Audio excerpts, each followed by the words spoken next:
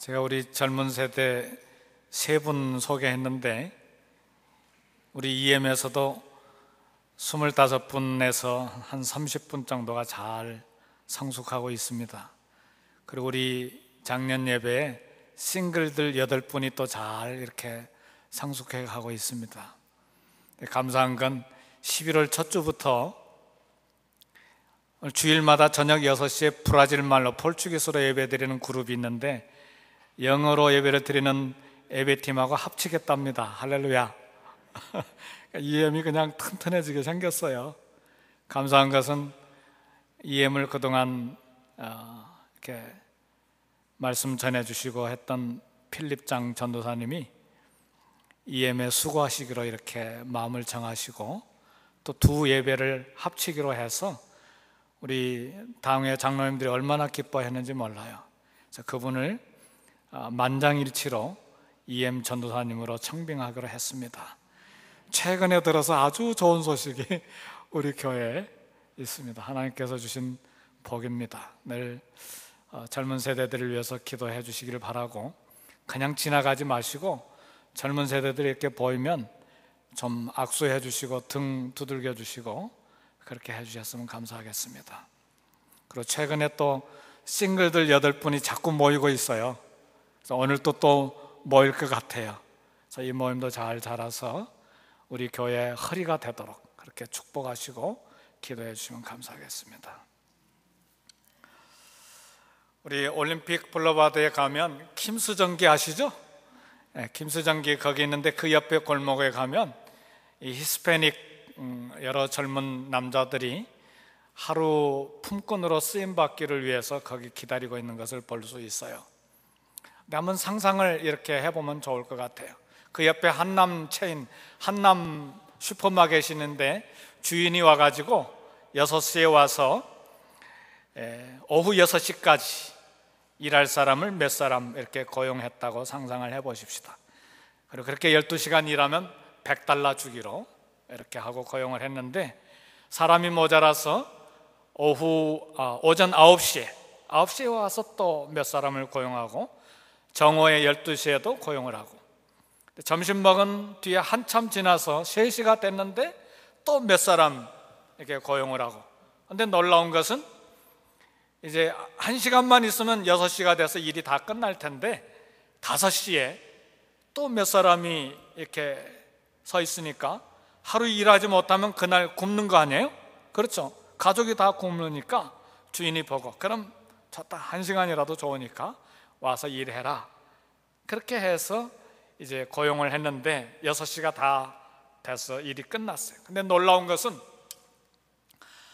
1시간밖에 일하지 아니한 사람, 5시에 와가지고 6시까지 1시간밖에 일하지 아니한 사람에게 이 주인이 $100를 척 주는 거예요.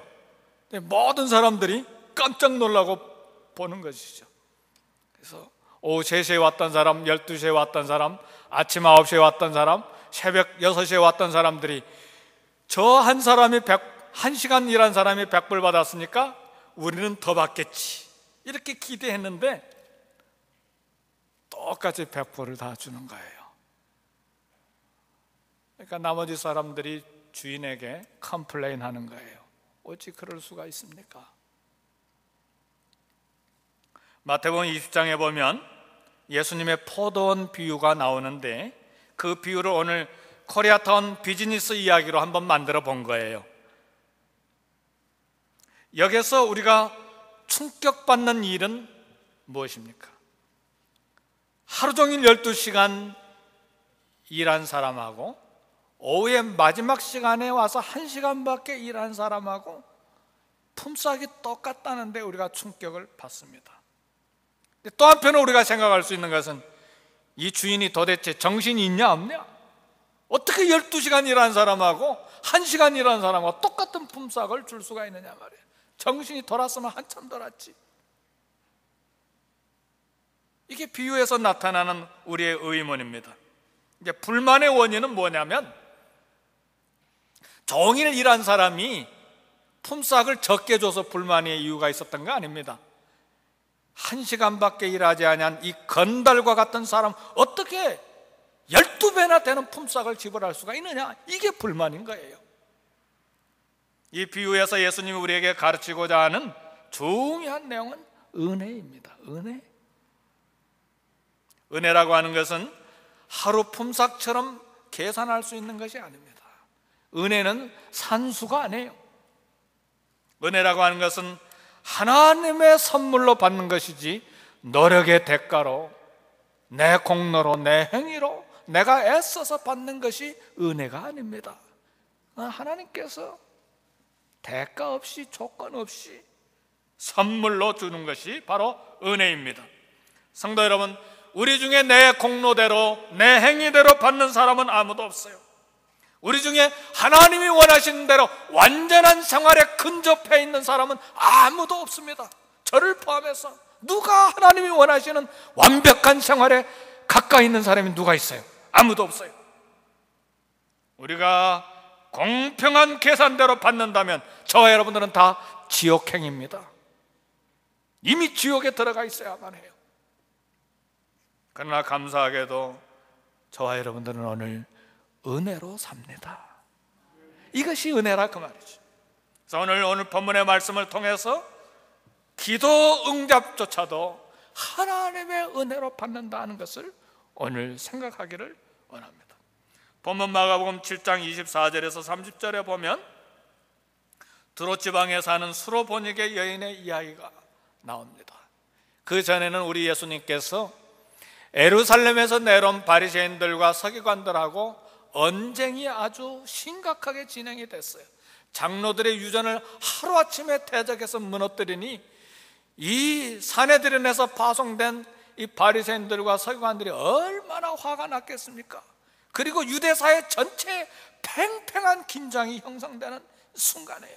그래서 우리 예수님이 잠시 자리를 피하셔야 되겠다 생각하시고 이스라엘 국경을 넘어서 그 북쪽 지방에 갈릴리 북서쪽에 있는 두로와 시돈 지방으로 몸을 피해서 그리고 휴식하러 가신 거예요. 두로 지방 우리가 잘 아는 대로 솔로몬이 성전을 짓기 위해서 그곳에서 많이 나는 백향목을 끊어다가 그 성전을 지었던 그런 지역입니다. 히람 왕이 그것을 바다로 보냈죠. 그리고 시돈은 어느 땅입니까? 시돈은 북쪽 이스라엘 왕 아합에게 시집온 이세벨 왕비의 고향 아닙니까? 바로 이 지역으로 우리 예수님께서 피난을 가시고 거기서 휴식하기를 원하셔서 몰래 어떤 집에 들어가셨어요. 이게 이제 본문의 사건의 배경입니다. 그런데 이 지방에, 이 두로 지방에 수로보니게 여인이라고, 수로보니게 족속 헬라 여인의 한 사람 살고 있었는데 이 여인에게, 가정에게 참 아픈 일이 있었어요. 어린 딸이 하나 있었는데 흉악한 귀신이 들렸어요. 여러분, 귀신 들린 사람 봤어요? 저는 선교지에서 많이 봤어요. 그냥 실실 웃어요. 예배드리는데 갑자기 막 화음을 질러요. 정상적, 눈을 보면 눈이 정상이 아니에요. 얼마나 우리가 보기에도 차량하고 답답하고, 근데 그 가족들은 얼마나 힘들겠어요. 요즘에 한국의 도간이라고 하는 유명한 영화 때문에 우리 교회가 얼마나 참 매를 맞고 있는지 몰라요. LA도 도간이라고 하는 영화가 들어왔다는데 우리 성도님들 다 한번 봤으면 좋겠어요. 저도 시간 내서 좀 보려고 그래요. 기독교 이념, 기독교 정신으로 청각장애인 학교를 열어서 수백 명을 수용했는데 그 교장과 교사들이 성폭행을 일삼았어요.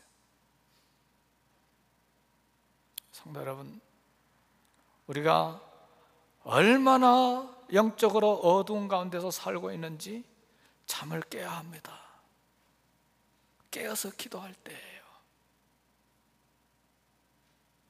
그렇지 않아도 사단이 공격하려고 틈만 있으면, 교회가 무슨 잘못나 하면 일간신문에 대서특필하는데 그런 사건이 터졌으니 얼마나 괴롭습니까? 아, 나하고는 상관없어, 나와 내 자녀들은 깨끗해. 그런 마음 가지고 있는 사람은 그리스도인이 아닙니다.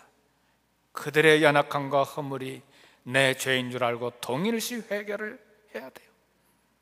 영적인 리더들은, 특히 느헤미야와 다니엘은 자기 죄인데 죄가 아님에도 불구하고 동일시 회개 기도를 드리되 조상의 죄까지 내 죄로 알고 회개하고 기도했어요. 남의 문제가 아니에요. 내 문제예요. 우리 교회의 문제예요. 청각장애자들, 정신박약아들, 더구나 여기 오늘 본문에 나온 귀신 들림 어린 딸, 얼마나 마음이 아프겠어요. 평생의 소원이, 차라리 내가 귀신 들리면 귀신 들렸지, 내 딸만큼은 나았으면 좋겠다. 이것이 어미 마음 아니겠습니까? 이런 고통을 안고 있는 여자가, 수로보니게 여인이 이 두로 지방에 살고 있었는데, 이 여인의 귀가 복이 됐어요. 소문을 들어보니까 갈릴리에 한 선지자가 사는데 이름은 예수라고 하는데 무슨 질병이든지 다 고친다더라. 귀신도 다 쫓아내신다더라. 근데 이 여인은 이방 여인이고, 그리고 여인의 몸으로서 이스라엘 갈릴리까지 여행하기는 무리이고, 그래 소원의 마음을 가지고 있는데 놀라운 것은 그 선지자 예수님이 자기가 사는 도시에 방문하셨다는 소식을 들었어요.